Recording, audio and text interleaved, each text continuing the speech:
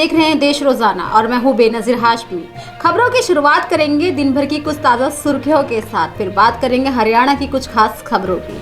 दिल्ली के सीएम अरविंद केजरीवाल ने टनल में फंसे 41 मजदूरों की जान बचाने वाले देवदूत रेड माइनर्स से की मुलाकात। शाम 4 बजे सीएम आवास पर हुई मीटिंग।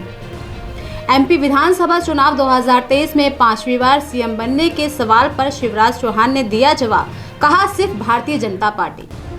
कोलकाता में राष्ट्रगान का अपमान करने पर बंगाल में 12 भाजपा विधायकों पर हुई एफआईआर। विधायकों में बंगाल विधानसभा में विपक्ष के नेता शुभेंदु अधिकारी भी शामिल। यूपी के एक और शहर के नए नाम पर लगी मोहर, अब फिरोजाबाद का नाम बदलकर चंद्रनगर करने का हुआ ऐलान।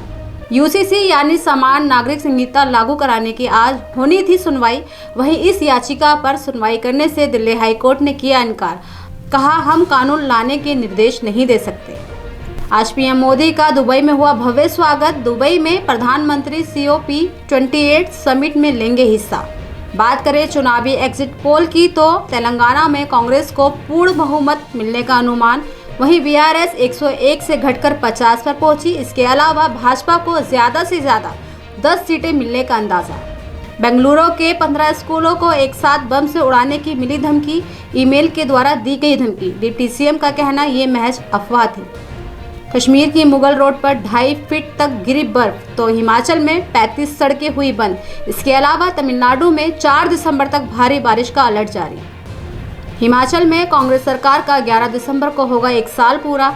इस उपलक्ष्य में कांग्रेस के मल्लिकार्जुन खड़गे सहित राहुल प्रियंका हो सकती हैं शामिल। मुख्यमंत्री सुखविंदर सिंह सुक्खू ने दी जानकारी। इजराइल हमास के बीच सीज फायर के बाद फिर जंग हुई शुरू। 3 घंटे में गाजा में 32 लोगों की हुई मौत। इजराइल ने हमलों के चलते हाईवे किए बंद। अमेरिका ने फिर लगाए भारत पर खालिस्तानी पन्नू की हत्या के आरोप। लगे आरोपों पर भारत ने दिया जवाब, कहा एक उच्च स्तरीय समिति इस मामले के सभी पहलुओं की करेगी जांच। इराक में फंसी 2 लड़की पहुंची पंजाब। लड़कियों ने कहा उन्हें इराक में ट्रैवल एजेंटों ने बेच दिया था। रसोई गैस की कीमतों में एक बार फिर आया उछाल, 21 रुपये बढ़ गए दाम। तो ये थी अभी तक की कुछ खास सुर्खियां। अब बात करते हैं हरियाणा की कुछ ताज़ा खबरों की। हाईकोर्ट के कड़े रुख के बाद जागी हरियाणा सरकार। अब शीतकालीन सत्र में अवैध ट्रैवल एजेंट के खिलाफ पेश होगा विधेयक। दरअसल ट्रैवल एजेंटों द्वारा युवाओं को धोखा देने के बढ़ते मामलों पर हाईकोर्ट के कड़े रुख के बाद गृह सचिव ने हलफनामा देकर बताया है कि हरियाणा ट्रैवल एजेंसी पंजीकरण और विनियमन विधेयक 2023 और नियम का मसौदा तैयार किया गया है। वहीं अवैध ट्रैवल एजेंटों पर लगाम के लिए विधेयक को आगामी शीतकालीन सत्र में हरियाणा विधानसभा में पेश किया जाएगा। हाईकोर्ट ने कहा कि हरियाणा में बड़ी संख्या में युवाओं को विदेश भेजने का सपना दिखाकर ट्रैवल एजेंटों द्वारा धोखा दिया जा रहा है। इसमें खासकर करनाल, कैथल, पानीपत, कुरुक्षेत्र के युवा सबसे ज्यादा शिकार हो रहे हैं। वहीं हाईकोर्ट ने मामले को बेहद गंभीर बताते हुए स्पष्ट कर दिया है कि इसमें देरी बर्दाश्त नहीं की जाएगी। विकसित भारत संकल्प यात्रा के अंतर्गत सरकार की योजना लोगों तक पहुंच सके, इसके लिए बल्लभगढ़ नगर निगम ज्वाइंट कमिश्नर कृष्ण सिंह भगोरिया ने लोगों से अपील की है कि 3 दिसंबर और 5 दिसंबर को नगर निगम के द्वारा कैंप लगाए जा रहे हैं, जिसमें भारत संकल्प यात्रा भारत सरकार द्वारा केंद्र सरकार की योजनाओं के संबंध में देश भर के लाभार्थियों को लाभ मिल सके। देखिए एक रिपोर्ट। 3 और 5 का इवेंट है विकसित भारत संकल्प यात्रा। ये सेंट्रल गवर्नमेंट का इनिशिएटिव है जिसका मोटिव है इंक्लूसिव ग्रोथ। मतलब जितने भी हमारे सिटीजन्स हैं उनके पास जो गवर्नमेंट की स्कीम्स हैं उनके लाभ पहुँचे।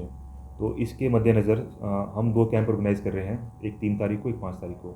जो 3 तारीख को कैंप है वार्ड नंबर 2 में है और जो 5 तारीख को कैंप है वार्ड नंबर 4 में है। उसके जो एड्रेस हैं, एक तो विलेज मुजस्सर फाटक में कर रहे हैं और एक न्यू जनता कॉलोनी में कर रहे हैं। उनके टाइमिंग्स रहेंगे 10 से 1 और 1 से 5। और जो 5 तारीख को है सेक्टर 23 के कम्युनिटी सेंटर और सेक्टर 23 के इंडोर स्टेडियम में होगा। इसके माध्यम से हमारे जो सिटीजन्स हैं, नागरिक हैं, वो विभिन्न प्रकार की जो हमारी स्कीम्स है, जैसे कि आयुष्मान भारत हो गया, उज्ज्वला स्कीम हो गया, सौभाग्य स्कीम हो गया, उजाला स्कीम हो गया, इनके अंतर्गत जो भी इनको बेनिफिट्स मिलते हैं उनके वो लाभ उठा सकते हैं। तो मेरी सबसे अपील है जो भी स्थानीय निवासी हैं कि इस कैंप में जुड़ें, विभिन्न प्रकार की स्कीम्स का फ़ायदा उठाएं और इसी के साथ इसके अंदर हम कुछ कल्चरल इवेंट्स भी कर रहे हैं, उनका भी आप मज़ा, या संडे के वैसे भी संडे का इवेंट है तो आप उसमें आकर उनको अपनी भीड़ बढ़ाएं। वहीं महिला पहलवानों की तरफ से लगाए गए आरोपों को बृजभूषण ने झूठा बताया तो बजरंग पुनिया ने इसका जवाब देते हुए एक्स पर लिखा कि अपना गुणगान ऐसे कर रहा है जैसे स्वतंत्रता सेनानी हो।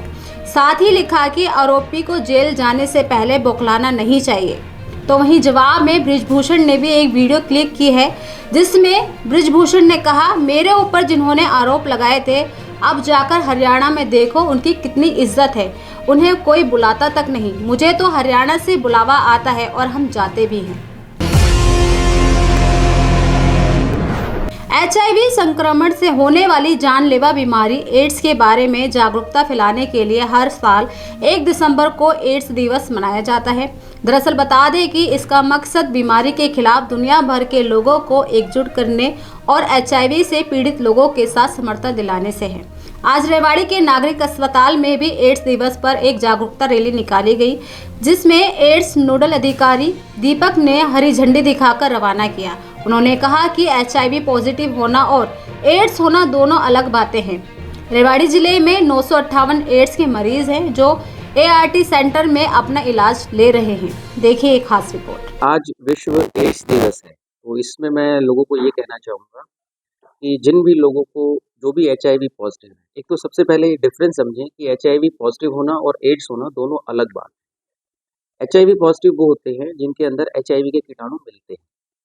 जब भी किसी के शरीर में HIV के कीटाणु आते हैं उसको हम HIV पॉजिटिव बोलते हैं। लेकिन अगर वो इंसान अगर ट्रीटमेंट नहीं लेता है, दवाइयाँ नहीं लेता है, तो धीरे धीरे ये जो जीवाणु है ये उसके शरीर के ऑर्गन्स को ख़त्म करना शुरू कर देते हैं और ये एक ऐसी स्टेज आती है जब सारे ऑर्गन ढंग से काम नहीं करते हैं, उस कंडीशन को हम एड्स कहते हैं। हमारे ज़िले की अगर हम बात करें तो हमारे यहाँ 958 लोग हैं जो HIV पॉजिटिव हैं और जो हमारे यहाँ से ART सेंटर से हमारे ट्रीटमेंट ले रहे हैं। देखिए HIV पॉजिटिव होने के कई कारण होते हैं। इसमें सबसे पहला कारण होता है असुरक्षित यौन संबंध। तो सबसे पहले तो इसमें यही सलाह दी जाती है कि जो भी इंसान है वो अपने जीवन साथी के साथ ही संबंध बनाए और अगर कहीं और संबंध बनाता है तो कॉन्डम का इस्तेमाल करे।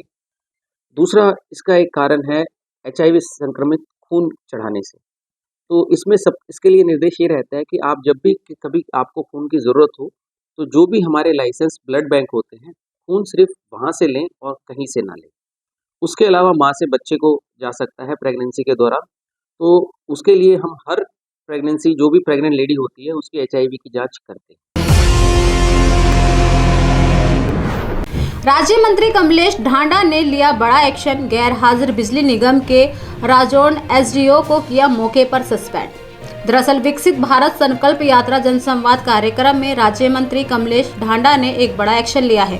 बता दें कि मंत्री कमलेश ढांडा ने गैर हाजिर बिजली निगम के राजौंड SDO को सस्पेंड कर दिया है।